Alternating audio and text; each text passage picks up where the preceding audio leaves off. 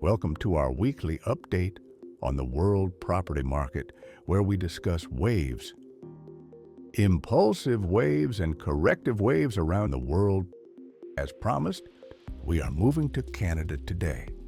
As I warned in the video from September 4th, 2023, we've reached a local top, which turned out to be the peak of the larger Wave 3. Initially, I thought we were at the end of Wave 3 in the final Wave 5. At the time, I didn't know how long the correction would last.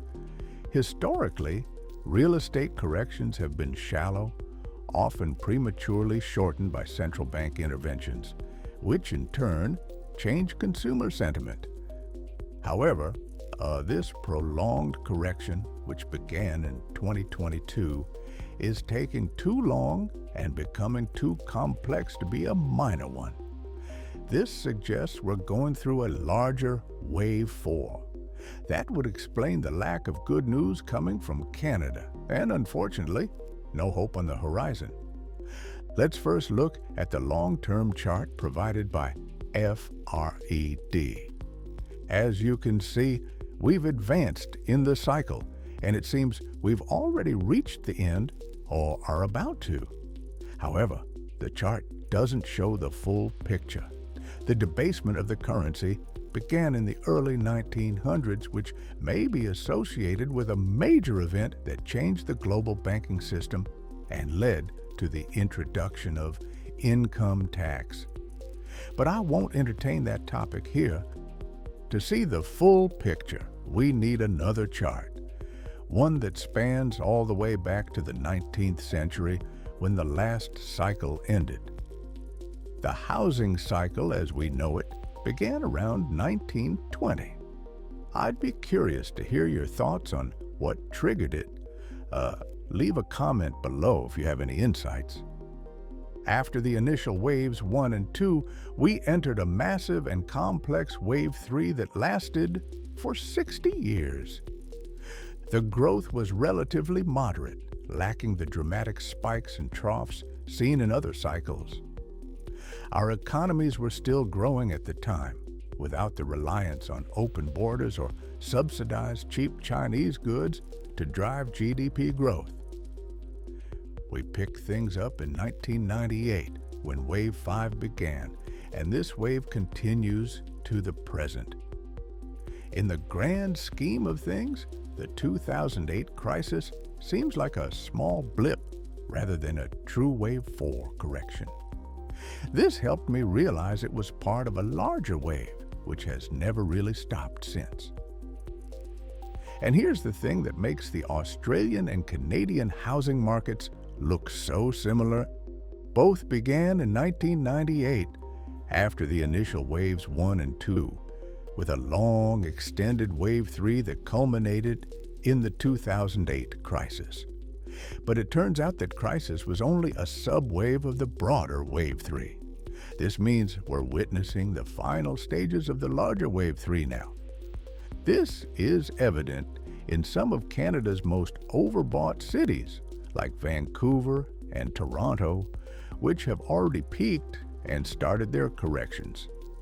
I'd speculate that this has something to do with investors selling off their properties and moving capital to more affordable towns, where we're still seeing ongoing growth. A similar trend can be observed in the Australian real estate market, particularly in Victoria, where government interventions have prematurely ended the wave and triggered a correction, alongside Canadian markets in Ontario and British Columbia. It was indeed a spectacular top, often associated with the end of Wave 3. Ontario appears to be stronger, with higher highs and higher lows.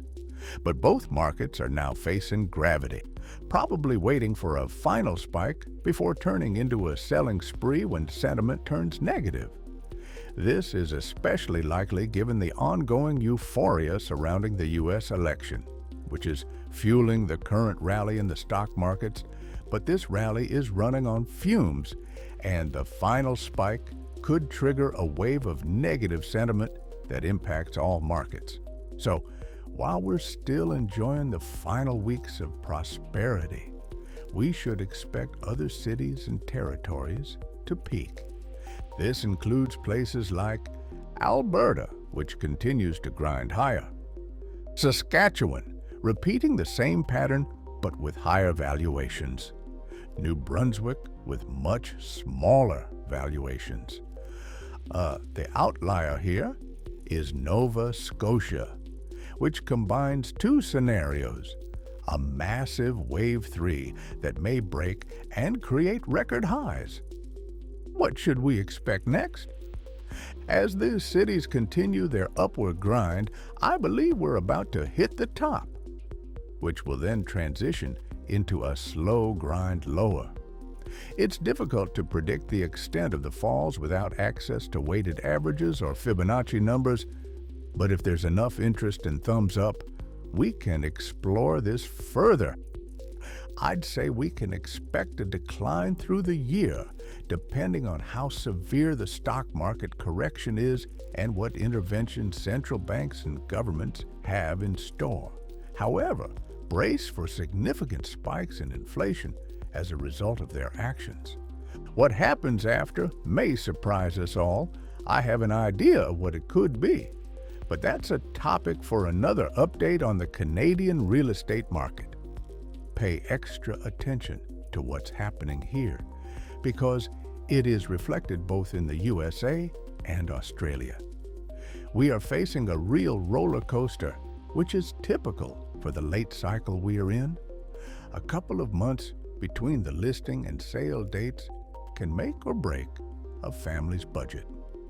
Meanwhile, stay calm, stay rational, and count waves.